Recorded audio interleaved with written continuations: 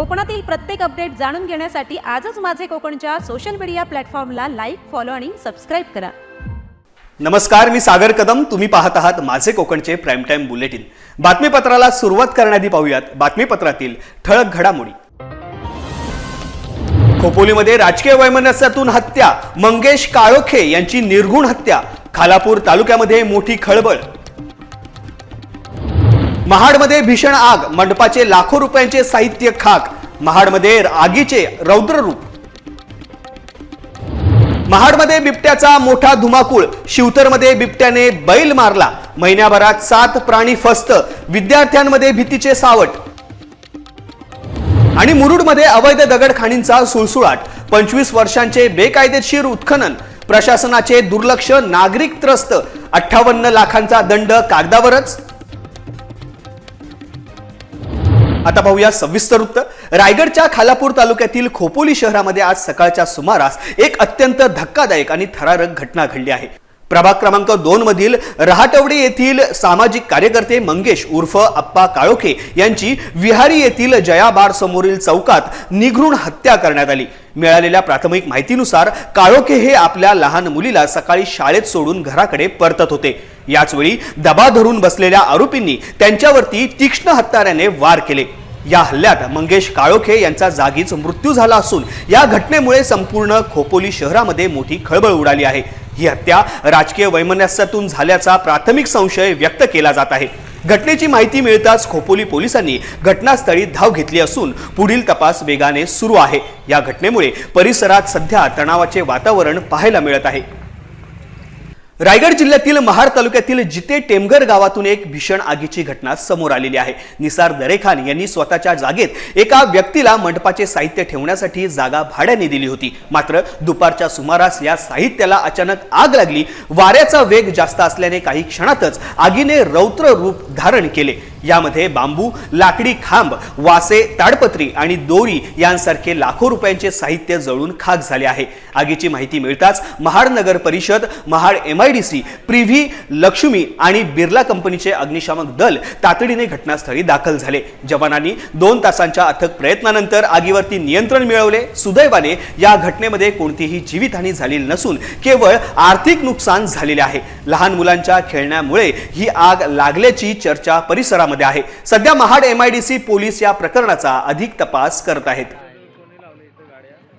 Taloja MIDC परिसरातील विघ्नहर्ता या अगरबत्ती बनवणाऱ्या कंपनीमध्ये मध्यरात्री भीषण आग लागल्याची धक्कादायक घटना घडलेली आहे। कंपनीत मोठ्या प्रमाणावरती ज्वलनशील केमिकलचे ड्रम साठलेले असल्याने ही आग वाऱ्याच्या वेगाने पसरली आणि काही क्षणामध्येच कंपनी आगीच्या विळख्यात सापडली। आगीची माहिती मिळताच तळोजा अग्निशामक दलाचे पथक तातडीने घटनास्थळी दाखल झाले।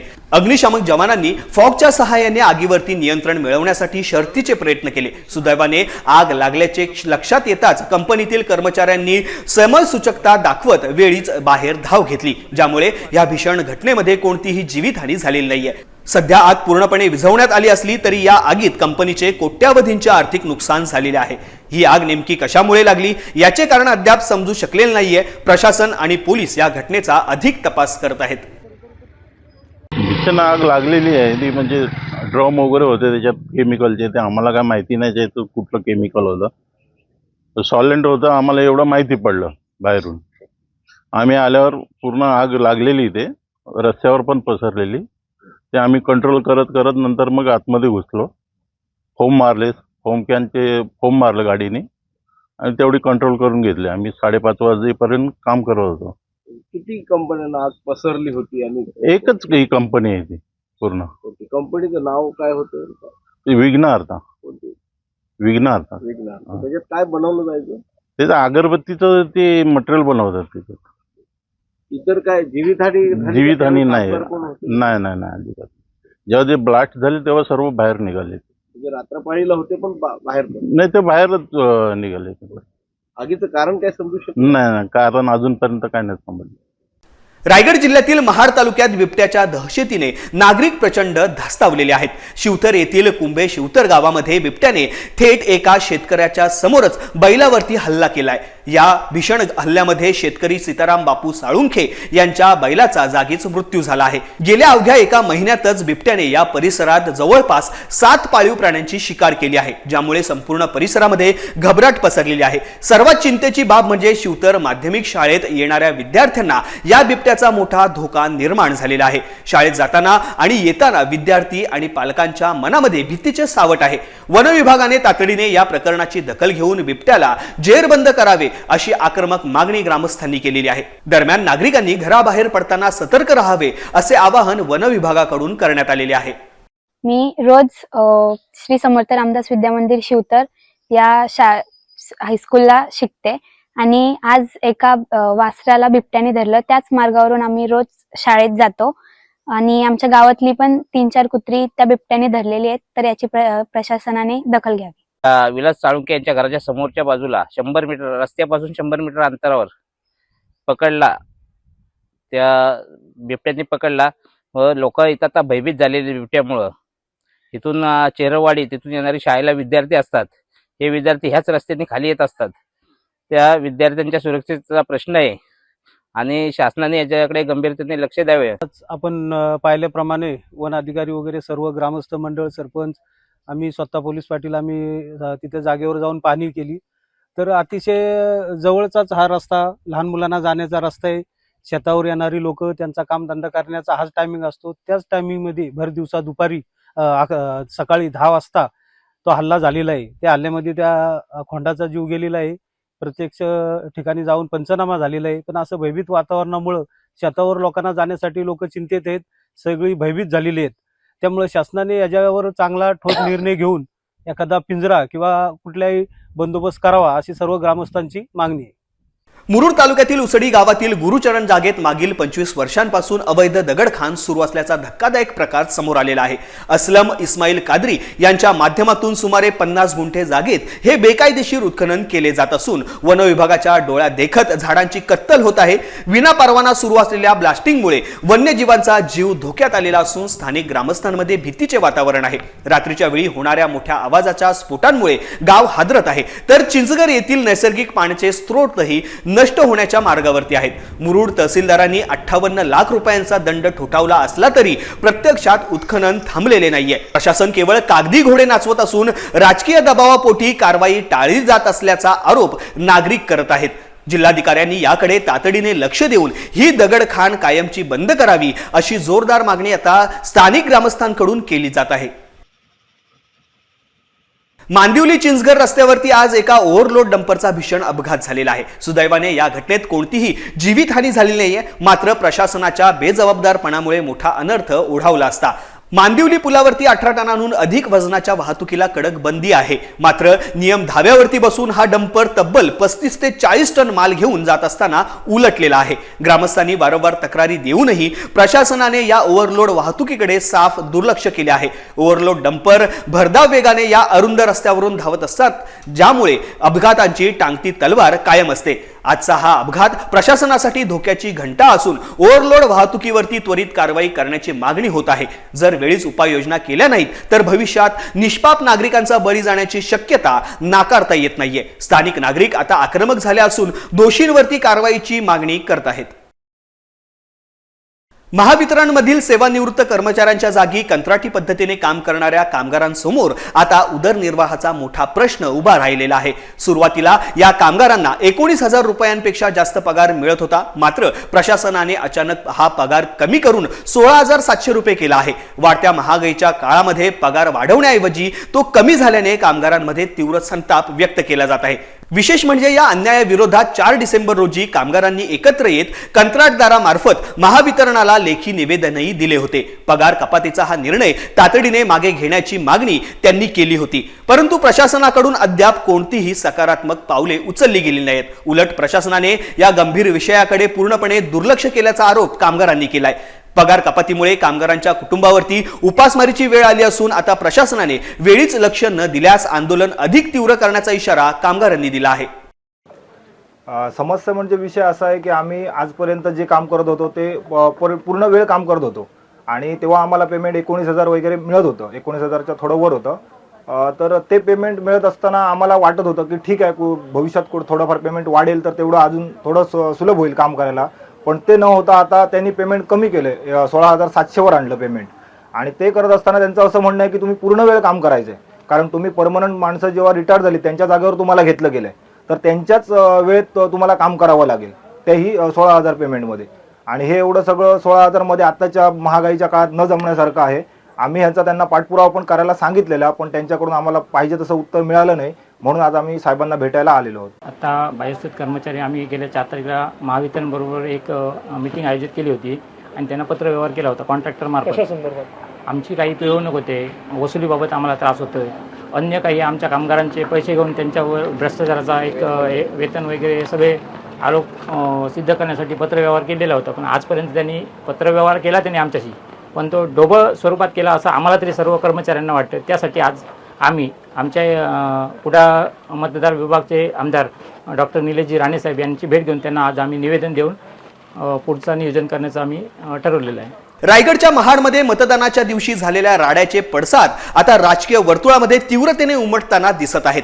या प्रकरणात राज्याचे मंत्री भरत गोगावले यांचे चिरंजीव विकास गोगावले यांचा अटकपूर्व जामीन उच्च न्यायालयाने फेटाळलेला आहे. या धक्कादायक माहितीनंतर ठाकरे गटाचे खासदार संजय राऊत यांनी राज्य सरकारवरती आणि गोगावलेंवरती जोरदार हल्लाबोल केलेला आहे. गोगावलेंचे पुत्र फरार असणे ही बाब लोकशाहीसाठी अत्यंत गंभीर असून सत्ताधाऱ्यांना कायद्याचा धाक उरलेला नाही अशी टीका राऊतांनी केलेली आहे. मतदानावेळी राष्ट्रवादीच्या कार्यकर्त्याला ठार मारण्याचा प्रयत्न केल्याचा आरोप विकास गोगावले यांच्यावरती आहे. या सर्व आरोपांवरती आणि टीकेवरती आता मंत्री भरत गोगावले यांनीही आपली बाजू मांडली असून राऊतांना सडेतोड प्रत्युत्तर दिलेले आहे.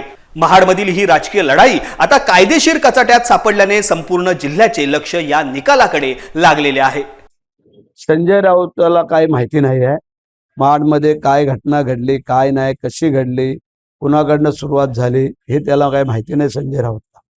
परंतु जे झालं ते झालं. काय आहे, आमची मुलं जे काय बूथवरती राऊंड मारत होते, भेटीगाठी देत होते आणि त्यात ते लोक समोरासमोर आले. आमचे लोक चालत येत होते, ते गाड्या घेऊन त्याच्यामध्ये लाठी काट्या, बॉडीगार्ड बरोबर रिव्हॉल्वर, हे सगळं कशासाठी? जर निवडणूक प्रक्रिया चालू आहे तर तुम्ही पण फिरा, आमचं त्याबद्दल दुमत नव्हतं. परंतु जे काय साहित्य घेऊन आले होते ह्याचा अर्थ तुम्ही जाणून बुजून भानगडी करायला आले होते आणि मग जे काय अंगावरती आले तिथं त्यावेळेला, आणि तेव्हा हा घडलेला प्रकार आहे. पण हरकत नाही आहे, जे झालंय ते झालंय. सेशन कोर्टाने जामीन फेटाळला, हायकोर्टाने फेटाळला, आम्ही ते मान्य करतोय. आम्ही तो हायकोर्टाचा मान ठेवतोय, त्याबद्दल आमचं काही दुमत नाही. नवी मुंबई महानगरपालिकेच्या आगामी निवडणुकीच्या पार्श्वभूमीवरती बेलापूरच्या आमदार मंदा म्हात्रे यांनी स्वपक्षाला म्हणजेच भाजपला घरचा आहेर दिलेला आहे. निवडणुकीत घराणेशाहीला फाटा देऊन सर्वसामान्य कार्यकर्त्यांना संधी देण्यात यावी अशी आग्रही भूमिका त्यांनी मांडलेली आहे. एकाच परिवारामध्ये एकापेक्षा जास्त तिकीट देऊ नये असेही त्यांनी स्पष्टपणे सुनावले आहे. यासाठी त्यांनी नांदेड महानगरपालिकेचे उदाहरण दिले असून तिथे एकाच कुटुंबात 7 जणांना तिकीट दिल्याने पक्षाचा पराभव झाला याची आठवण करून दिलेली आहे. आता तरी भाजपने बोध घेऊन एका कुटुंबात एकालाच तिकीट द्यावे आणि निष्ठावान कार्यकर्त्यांचा विचार करावा असे त्या म्हणाल्या आहेत.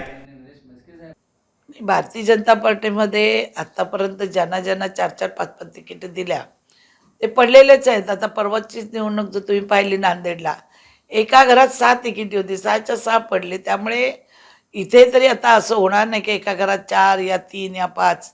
जो काम करतो कार्यकर्ता त्याला तिकीट मिळालीच पाहिजे, त्याचा तो अधिकार आहे, तो त्याला प्राप्त झाला पाहिजे. आणि निवडून येण्यासाठी सगळ्यांनी मदत करून पक्षाचा कार्यकर्ता आहे त्याला निवडून आणलं पाहिजे असं मला वाटतं. आज बरीचशी लोक सानपाड्यातून माझ्या बंगल्यावरती आलेली, याच्यासाठी आलेली की सानपाड्यामधून ज्यांनी तुमच्या विरोधात काम केलं आणि जे 3-3, 4-4 तिकिटी मागतात तर त्यांना न देता आम्ही कार्यकर्ते, आम्ही काम केलेलं आहे, मतदान वाढवलेलं आहे, मतदान काढून दिलेलं आहे आणि संघटित राहून पक्षाचा झेंडा नेहमीच हातात घेतलेला आहे. आणि ज्यांनी कोणी कधीच पक्ष घेतलेला नाही हातामध्ये, कधी कमळ लावलेलं नाही, कधी देशाचे पंतप्रधान आदरणीय मोदीजींचा फोटो किंवा मुख्यमंत्र्यांचा लावला, अशाला तिकीट देऊ नका. त्यासाठी सर्व लोक इथं आले होते. उद्या ते प्रदेश करायला जाणार, परवा ते मोठा एक मेळावा घेतात की आम्हाला ही लोक नको, कारण आम्हाला तिकीट पाहिजे, आम्ही काम केलेलं असं त्यांचं म्हणणं आहे.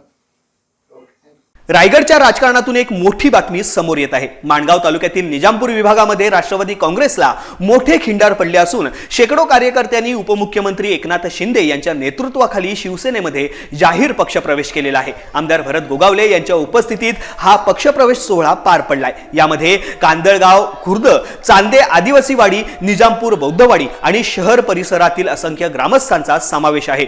गेल्या अनेक वर्षांपासून राष्ट्रवादीच्या स्थानिक नेत्यांकडून अपेक्षित विकास कामं झाले नसल्याची खंत या कार्यकर्त्यांनी व्यक्त केली. भाले ग्रामपंचायतीचे हरिश्चंद्र भेसळ आणि युवा नेते स्वप्नील अवघडे यांच्यासह अनेक निष्ठावान कार्यकर्त्यांनी राष्ट्रवादीला रामराम ठोकत हातामध्ये भगवा झेंडा घेतलाय. या पक्षप्रवेशामुळे आगामी निवडणुकीच्या पार्श्वभूमीवरती निजामपूर विभागामध्ये शिवसेनेची ताकद वाढली असून राष्ट्रवादीला मोठा धक्का मानला जात आहे.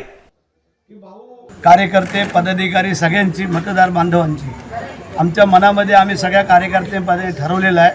त्याची कोणी काळजी करायचं कारण नाही. योग्य वेळेला आमचा उमेदवार डिक्लेरेशन होईल आणि निवडून पण येईल.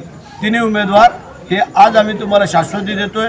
आज जो स्वप्नील अवघडे आणि त्यांच्या सगळ्या सहकाऱ्यांचा जो पक्षप्रवेश झालेला आहे, आमच्या महिला असतील, आदिवासी वाड्या असतील, आमचे इतर जे काय वाड्या वस्त्यावरचे लोक प्रवेशकर्ते झालेले आहेत, ही आम्हाला जमेची बाजू आहे. आणि म्हणून करता आजच तुम्हाला गॅरंटी देतो की आमचे तिन्ही उमेदवार निवडून येतील.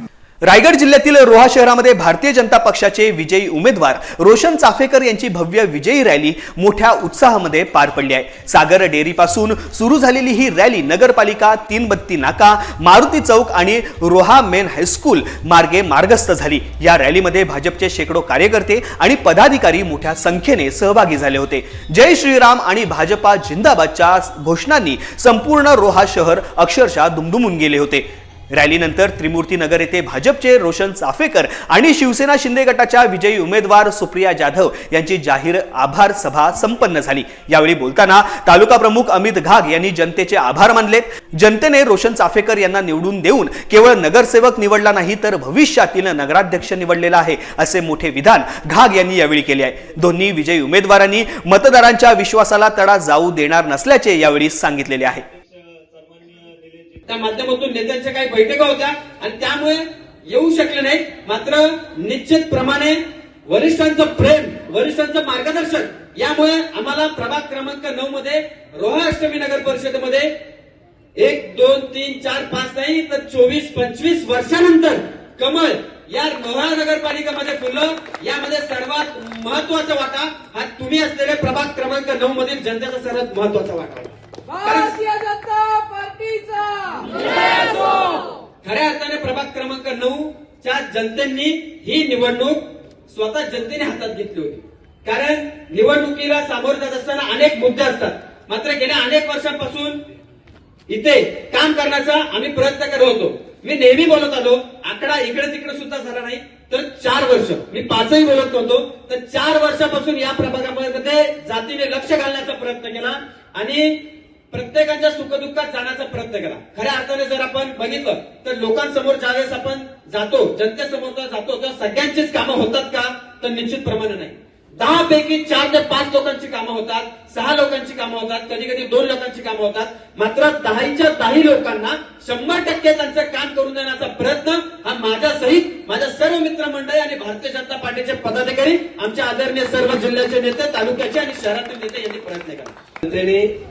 रोशनवर विश्वास ठेवत खऱ्या अर्थाने मोदीजींना देखील अपेक्षित होता. मोदीजी तर 2 महिन्यापूर्वीच घेतले होते आणि त्या रोशनवर विश्वास ठेवत आपण मायबाप जनता याला तुम्हाला माझा सर्वांना नमस्कार. उद्या अटलजींची जयंती आहे आणि अटलजींची जयंती असताना अटलजींनी एक वाक्य बोलले होते आणि तेच वाक्य आता यावेळी ते 25 वर्षानंतर रिलीज झालेले आहे. अंधेरा छटेगा सूरज निकलेगा कमल खिलेगा. अंधेरा छटेगा सूरज निकलेगा कमल खिलेगा. हे अटलजींचं वाक्य हे 25 वर्षानंतर माझे गुरु आदरणीय संजयजी कोणकर साहेब निलेजी याच वॉर्डमधून निवडून आले होते. ते नगरसेवक झाले होते, नंतर नगराध्यक्ष झाला होता. मी एवढंच तुम्हाला सांगेन की तुम्ही नगरसेवक निवडून दिलात नाही तर भविष्यातला नगराध्यक्ष निवडून दिलात, ही मी खात्रीने तुम्हाला सांगू शकतो. पेण नगर परिषद निवडणुकीचा निकाल अखेर जाहीर झाला असून प्रभाग क्रमांक 1 मध्ये भारतीय जनता पक्ष आणि राष्ट्रवादी काँग्रेस महायुतीच्या उमेदवार कलावती शशिकांत पाटील यांनी शानदार विजय मिळवलेला आहे। ही निवडणूक अत्यंत अटीतटीची झाली होती, मात्र पेणच्या जनतेने विकासाच्या मुद्द्याला साथ देत कलावती पाटील यांच्या परड्यामध्ये आपले मत टाकलेले आहे। या विजयानंतर परिसरात कार्यकर्त्यांनी मोठा जल्लोष केलाय। विजयानंतर बोलताना नवनिर्वाचित नगरसेविका कलावती पाटील यांनी मतदारांचे आभार मानले। आता झालेल्या 2025 पेण नगर परिषद निवडणुकीमध्ये मला आमचे नेते रविशेठ पाटील, तसेच नगराध्यक्ष प्रीतम पाटील, नेते अनिरुद्ध पाटील व ललित पाटील यांच्या मार्गदर्शनाखाली ही आम्ही निवडणूक लढवली। तसंच आम्हाला या सर्व 1 नंबर प्रभागातील जनतेने जो पाठिंबा दिला त्यांचे मी शतशः ऋणी आहे। दीड वर्षात आपण पण केलेली म्हणजे त्यांची विकास कामं किंवा बोला इतर समस्या सोडवल्या त्याचा आज फळ मला मिळालेला आहे। तसेच मला विविध संघटना, पत्रकार, विविध संघटना यांनी जो पाठिंबा दिला त्यांचे पण मी आभार मानतो आणि जो आता माझ्यावर विश्वास दाखवला आहे किंवा माझ्या आईवर जो विश्वास दाखवला आहे तो आम्ही नक्कीच सार्थ ठरू। अलिबाग नगरपालिकेमध्ये तब्बल 4 वर्षांच्या प्रदीर्घ प्रतीक्षेनंतर पुन्हा एकदा नाईक पर्वाचे आगमन झालेले आहे। नवनियुक्त नगराध्यक्षा अक्षया नाईक यांनी आज आपला पदभार अत्यंत भावुक वातावरणात स्वीकारलेला आहे। यावेळी बोलताना त्या म्हणाल्यात की नगरपालिकेत पाऊल ठेवतानाचा हा क्षण मनाला स्पर्श करणार आहे। विशेष म्हणजे त्यांनी आपल्या आईची आठवण काढत सांगितले की त्यांची आई आज त्याच साडीत उपस्थित आहे जी साडी नेसून तिने यापूर्वी अलिबागची सेवा केली होती। माजी नगराध्यक्ष प्रशांत नाईक यांच्या मार्गदर्शनाखाली गेल्या अनेक वर्षांमध्ये प्रलंबित राहिलेल्या विकास कामे आता प्राधान्याने पूर्ण करण्याचा निर्धार अक्षय नाईक यांनी व्यक्त केलाय। मी तुमची मुलगी म्हणून काम करेन, माझ्याकडून काही चूक झाली तर हक्काने सांगा, असे आवाहनही त्यांनी अलिबागकरांना केले। या निवडीमुळे शहराच्या विकासाला नवी गती मिळण्याची आशा व्यक्त होत आहे। आज आपण इथे 4 वर्षानंतर आपली म्हणजे नगरपालिकेत येऊ शकलो आहोत। हा सर्वात आपल्या सर्वांसाठी उत्साहाचा दिवस आहे आणि तसंच सरोगी साहेब बोलले की 4 वर्षाचा जो बॅकलॉग आहे तो आपण लवकरात लवकर पूर्ण करू आणि सगळी कामं चालू आहेत आपले कोणकोणते प्रकार ते पण लवकरच चालू करू। तुम्ही सर्वांनी तेवढंच मला देखील द्या आणि तशाच तिच्याच विजूंनी आपण पुढे काम करत राहू आणि उपविधानाच्या विजूंनी पुढे काम करत राहू आणि काही असेल माझी पुढे चूक झाली किंवा काय तुमची मुलगी म्हणून मला सांगा आणि पुढे मी पालीमध्ये प्रकाश देसाई सामाजिक सांस्कृतिक प्रतिष्ठानच्या वतीने आयोजित 13व्या भव्य राज्यस्तरीय एकांकिका स्पर्धेत ठाण्याच्या सतीश प्रधान ज्ञानसाधना महाविद्यालयाच्या थिमक्का एकांकिकेने बाजी मारलेली आहे। सलग 6 दिवस चाललेल्या या स्पर्धेत राज्यातील 28 नामांकित नाट्य संस्थांनी सहभाग नोंदवत आपल्या दर्जेदार सादरीकरणाने नाट्यरसिकांना मंत्रमुग्ध केले। या सोहळ्याचे खास आकर्षण ठरले ते म्हणजे ज्येष्ठ अभिनेते प्रशांत दामले यांची उपस्थिती। त्यांनी आपल्या शिकायला गेलो एक या नाटकाचा 13,367वा ऐतिहासिक प्रयोग यावेळी पालीमध्ये सादर केलाय। स्पर्धेत मुलुंड वाणिज्य महाविद्यालयाच्या स्वातंत्र्य सौभाग्यने द्वितीय तर स्वामी नाट्यरंगण मुंबईच्या नवरा आला वेशीपाशी एकांकिकेने तृतीय क्रमांक पटकावलाय। रायगड जिल्ह्यातील सर्वोत्तम एकांकिकेचा मान सी.के. ठाकूर महाविद्यालयाच्या किचक वध पुन्हा या एकांकिकेला मिळाला। मान्यवरांच्या हस्ते विजेत्यांना रोख रक्कम आणि चषक देऊन गौरवण्यात आले असून सुधागड तालुक्यातील सर्वोत्तम एकांकिकेचा मान शिवऋण प्रतिष्ठानच्या साटलं एकांकिकेने मिळवलेला आहे। एखाद्या सिनेनाट्य कलाकाराच्या आयुष्यात एकांकिका म्हणजे एक फाउंडेशन असतं, एक बेस असतं। पुष्कळ कलाकार एकांकिका सादर करतात, त्यातून जे उभरतात ते पुढे जाऊन व्यावसायिक नाटकात कामं करतात, त्यातून त्यांना पुढे टीव्ही सिरियल्स मध्ये कामं करायची संधी भेटते, सिरियल्स मधून जे उभरतात ते पुढे जाऊन चित्रपटात कामं करतात आणि बघता बघता तो कलाकार हा नुसता एक कलाकार राहत नाही तर त्याचा एक अभिनेता तयार होतो। ही अशी एका कलाकाराच्या आयुष्यात ही अशी एक शिडी असते आणि त्या शिडीची पहिली पायरी म्हणजेच एकांकिका स्पर्धा। जेव्हा हे प्रतिष्ठान स्थापित झालं, जेव्हापासून पालीत एकांकिका स्पर्धा आयोजित व्हायला लागल्या तेव्हा मी फार लहान होतो। म्हणजे मला असं वाटतंय मी केवळ 3 ते 4 वर्षांचा असेल जेव्हापासून ह्या स्पर्धा चालू झाल्या, त्यामुळे मला फारसं काही कळायचं नाही। पण एवढं मात्र नक्की की वर्षानुवर्ष माझ्या डोळ्यांसमोर एकांकिका सादर होत असताना आणि मी ते पाहताना माझ्या मनात त्याच्यासाठी एक आवड, एक आकर्षण निर्माण झालं आणि मला ही खात्री आहे की हे फक्त माझ्या मनातच नाही तर इकडे उपस्थित असलेल्या प्रत्येक पालिकराच्या मनात तीच आवड आणि तेच आकर्षण हे या प्रतिष्ठानाने निर्माण केलं। प्रतिष्ठानचं राज्यस्तरीय एकांकिका स्पर्धांचं हे 13वं वर्ष. आज शेवटचा दिवस. अतिशय चांगला प्रतिसाद, उत्तरोत्तर दरवर्षी एक चढती कमान या हिशोबाने सवाई एकांकिका, त्याचप्रमाणे लोकांकिका, अटल बिहारी करंडक एकांकिका स्पर्धा या सर्व स्पर्धांमध्ये ज्या स्पर्धकांनी भाग घेतला होता ते सर्व स्पर्धक जवळजवळ 27 एकांकिकांचं इथं सादरीकरण झालं गेल्या 6 दिवसामध्ये आणि अतिशय उदंड असा प्रतिसाद मिळाला. ज्या एकांकिका संपूर्ण महाराष्ट्रामधून आल्या, अगदी आकुर्डीपासून ते नगरपासून सगळ्या भागातून, पुणे, मुंबई, सातारा, सोलापूर, नाशिक सगळ्या भागातून एकांकिका आल्या आणि अतिशय चांगला असं सादरीकरण इथे लोकांना बघायला मिळालं. प्रेक्षकांचा उत्स्फूर्त असा प्रतिसाद यावर्षी जास्त होता गेल्या वर्षीपेक्षाही. दरवर्षी तो वाढत चाललाय आणि विशेष सांगायचं म्हणजे यावर्षी पनवेल बरोबर सुधागड तालुक्यातून देखील 2 एकांकिकांचं सादरीकरण झालं. अतिशय उत्कृष्ट प्रकारचं असं सादरीकरण होतं.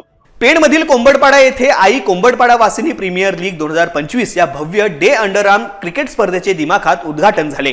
यंदा या स्पर्धेचे 11वे वर्ष असून माजी नगरसेवक प्रकाश शिंगरूत यांच्या हस्ते श्रीफळ वाढवून स्पर्धेचा शुभारंभ करण्यात आला. डॉक्टर बाबासाहेब आंबेडकर शाळा क्रमांक 4च्या मैदानावरती ही स्पर्धा रंगत आहे. या स्पर्धेत राज पॅन्थर, सिद्धू इंडियन, जय ब्लास्टर आणि हर्षल फायटर असे 4 मातब्बर संघ एकमेकांशी भिडणार आहेत. 25 आणि 26 डिसेंबर रोजी होणाऱ्या या सामन्यांकडे पेणमधील क्रिकेट प्रेमींचे लक्ष लागलेले आहे. स्वर्गवासी मनोज नाईक स्मृती चषकासाठी ही लढत होत असून प्रथम क्रमांकासाठी 25,000 तर द्वितीय क्रमांकासाठी 15,000 रुपयांचे पारितोषिक ठेवण्यात आलेले आहे. या प्रसंगी अतुल पाटील, मंगेश नाईक यांच्यासह कोंबडपाडा आळीतील अनेक मान्यवर आणि खेळाडू मोठ्या संख्येने उपस्थित होते. ही स्पर्धा यशस्वी करण्यासाठी ज्यांनी पुढाकार घेतलेला आहे त्यांचा देखील आभार व्यक्त करतो. आणि एक गोष्ट मी इथे मुद्दाम आवर्जून सांगतो की आई वडील मुलांना चालायला शिकवतात, आयुष्यात कसं पुढे व्हायचं ते शिकवतात. हे त्यांचं कर्तव्य म्हणून ते शिकवतात. मात्र चालायचं असतं हे आपल्यालाच. तेव्हा आता खेळाडूंनी पण एक गोष्ट लक्षात ठेवावी की गुरु मार्गदर्शन करत असतो, कसं खेळावं हे सांगतो, परंतु कसं खेळायचं आणि कसं तुमच्या खेळात प्रगती करायची हे तुम्ही करायचं असतं. ही गोष्ट लक्षात ठेवावी आणि आता चांगला प्रदर्शन करावं की जेणेकरून भविष्यामध्ये प्रत्येक खेळाडूला कुठेतरी पुढे रायगड जिल्हा, महाराष्ट्रात असं जाता येईल एवढं मी सांगतो. खेळण्यासाठी मैदानावर जात आहोत. आज आपण आईच्या नतमस्तक होण्यासाठी आलो होतो. खरोखरच खूप आनंद वाटतो. इतकी सर्व मुलं क्रिकेटच्या मैदानावर उपस्थित आहेत. आज जवळजवळ 50 मुलांचा या स्पर्धेसाठी सहभाग आहे आणि त्या स्पर्धेला यशस्वी करण्यासाठी या सर्वांचा सहभाग असणार आहे. ज्यांनी या स्पर्धेमध्ये यशस्वी करण्यासाठी जी मेहनत घेतली त्या सर्वांचं मनपूर्वक आम्ही अभिनंदन करतो आणि याच्यापुढे ही स्पर्धा यशस्वी करण्यासाठी जे काय लागेल ते त्यांनी करावं अशी विनंती करतो. खेड तालुक्यातील शिवतर येथे श्रीदेवी जननी कोटेश्वरी काळकाई सेवा मंडळाच्या वतीने पाषाण जीर्णोद्धार प्रथम वर्धापन दिन सोहळा अत्यंत उत्साहामध्ये पार पडला. सुमारे 300 वर्षांपूर्वीच्या पुरातन पाषाण मूर्तींचे नूतनीकरण करून गेल्या वर्षी 25 डिसेंबर 2024 रोजी त्यांची प्राणप्रतिष्ठापना करण्यात आली होती. या ऐतिहासिक घटनेला 1 वर्ष पूर्ण झाल्यानिमित्त 25 डिसेंबर 2025 रोजी भव्य कार्यक्रमाचे आयोजन करण्यात आले होते. संपूर्ण मंदिर परिसर आकर्षक अशा विद्युत रोषणाईने उजळून निघाला होता. 11 भटजींच्या मंत्रघोषात आणि विधिवत पूजा अर्चेने वातावरण भक्तीचा संचार झाला होता. या मंगलमयी सोहळ्यासाठी शिवतर आणि परिसरातील असंख्य भाविक उपस्थित होते. विशेषतः महिलांची उपस्थिती या सोहळ्यात लक्षणीय ठरली. हा सोहळा मोठ्या धूमधडाक्यात साजरा करण्यात आला असून संपूर्ण परिसरात आनंदाचे आणि उत्साहाचे वातावरण पाहायला मिळाले. 300 वर्षांचा वसा जपणाऱ्या या मंदिरातील भक्तीचा हा उत्सव खरोखरच कौतुकास्पद ठरला आहे. 300 वर्षांचा वारसा जपणाऱ्या या मंदिरातील भक्तीचा हा उत्सव खरोखरच कौतुकास्पद ठरलेला आहे. या बातमीसह आता बातमीपत्रामध्ये वेळ झाले इथेच थांबण्याची. कोकणामध्ये घडणाऱ्या घडामोडींची इत्थंभूत माहिती मिळवण्यासाठी आणि अपडेट जाणून घेण्यासाठी तुम्ही पाहत राहा फक्त माझे कोकण.